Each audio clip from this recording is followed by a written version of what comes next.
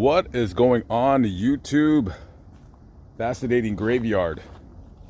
Today we are at the East Ridgelawn Cemetery here in Clifton, New Jersey, and today we're here to visit the grave of David Cole.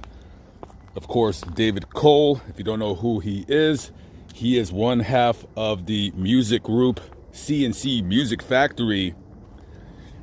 And if you're under the age of 35, you may not have ever heard of that name, but I guarantee you if you've been to a club, a party, or some kind of a event, a sporting event, you definitely have heard one of their songs played out on the speaker there.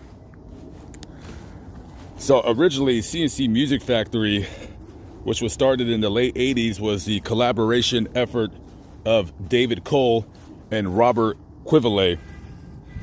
Now, originally, when they started the band, they were recording music at a studio, and there was a janitor there by the name of Freedom Williams. He's like a rapper slash janitor, I gotta pay the bills or whatever. And they liked, he had this kind of this rough baritone voice, and he was a pretty good rapper. So they included him in the band to do the rapping. So basically, Quivelet was the DJ, Cole was the keyboardist, and then Freedom would do the rapping. Now, they needed a woman to do the singing. So this is where a curious story takes place. So originally, their first big hit single is Everybody Dance Now. Now, in that video, you see a pretty attractive, slender black lady who went by the name of Zelma Davis. I believe she was a model from Liberia. However, that is not her voice. No, the voice on that song is by Martha Wash. And Martha Wash, you definitely have probably never heard of her, but you have heard her sing. Other than that song, she was a backup singer for the disco singer Sylvester, who was quite flamboyant in the time. And he has passed away. He's buried at the Inglewood Cemetery, so I'm going to be going out there to do a story about him because he was quite an interesting character, to say the least. And Martha Wash, originally, she had a group with her friend called 2 Tons of Fun. And after that, they had changed their name to the Weather Girls, and they're known for their hugely successful hit, It's Raining Men. If you heard that song, It's Raining Men, well, that's her singing.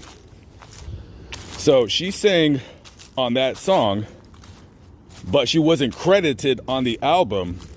Now, I guess they felt that Martha wasn't marketable because, she was a little bit older than them slightly and a little bit heavier. In hindsight, I think that would have been fine with her. But I guess they wanted somebody slender and sexy or what have you. So she ended up suing the band and their in the CBS, I believe the record division, for commercial appropriation, fraud, and deceptive practice or practicing. She sued them for $500,000. They eventually ended up settling out of court. And on their next album, they invited her in to sing on it. So other than their hit single, Everybody Dance Now, they also sang that song, Things That Make You Go, Things That Make You Go, That is them. And Here We Go, Let's Rock and Roll. That was also a pretty big hit by them. Everybody Dance Now, I believe it reached the #1 on Billboard's Hot 100. And that was an absolute international hit, to say the least. I mean, I believe that's going to be their most famous song that they have. Now, their first single, Everybody Dance Now, it sold 1 million copies, singles, I believe in the United States. And their album, because of that single alone, I believe they sold about 5 million albums. Now, their second album, Anything Goes, that's the title of it, I didn't go too good. Now, they had a couple of semi-successful hits on that second album, but for some odd reason, they were unable to repeat the same success as their debut album, which happens with a lot of bands because basically when you release your first album, those are songs that you basically had written all your life, and then you're trying to chase, that success, and then you're trying to rush things, you're trying to strike when the iron's hot, and then a lot of times when bands make a second album, things don't always go the way that they are planned. Martha Wash also sang, I don't know if anybody out there remembers that group Seduction. They had a hit, You're My One and Only True Love. Oh, I know you guys don't like me singing on my videos, but I can't play anybody's music because I'll get a claim. I wish YouTube would change the rules where they take a little bit of the cut for the artist so I can play the songs, but they won't let me. But you know what I'm talking about. And there was also another band called Black Box. I believe they were from somewhere in Europe, and she sang a lot of the songs on that album too. Most of, I believe, the women's vocals was her singing.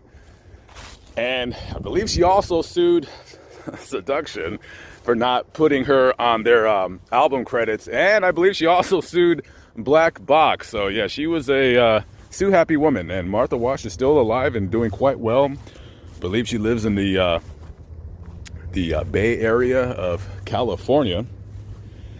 And, other than that, C&C Music Factory, pretty good band, good dance music. I'm not the, greatest dance music fan there is, but growing up as a kid, it was, you were unable to avoid their music. I believe now that when David passed away, they still had the band, but of course it's just like with any band, when somebody dies, when a major component of your band dies, it's just never really the same. I believe Freedom Williams, who was of course the rapper, and he was known because he was a good-looking guy, had a nice body, stayed in shape. Well, he still looks the same. He still stays in shape. He looks phenomenal. It's so odd when I talk about people from 30 years ago, and you expect them to look all heavy and out of shape. But no, this guy he probably looks just as good now as he did then. And he still tours and does appearances under the name C&C Music Factory. I'm not sure how he was able to use that name, but he was.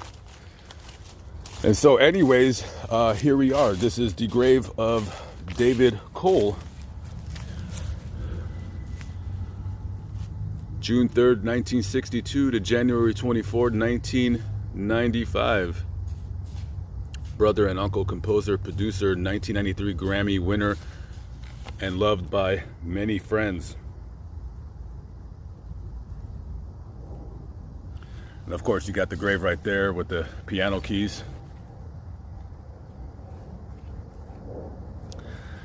Yeah, just a important component of solid music back when I was a kid. So I'm not sure how David died. There's a couple different articles that say he died of this and he died of that.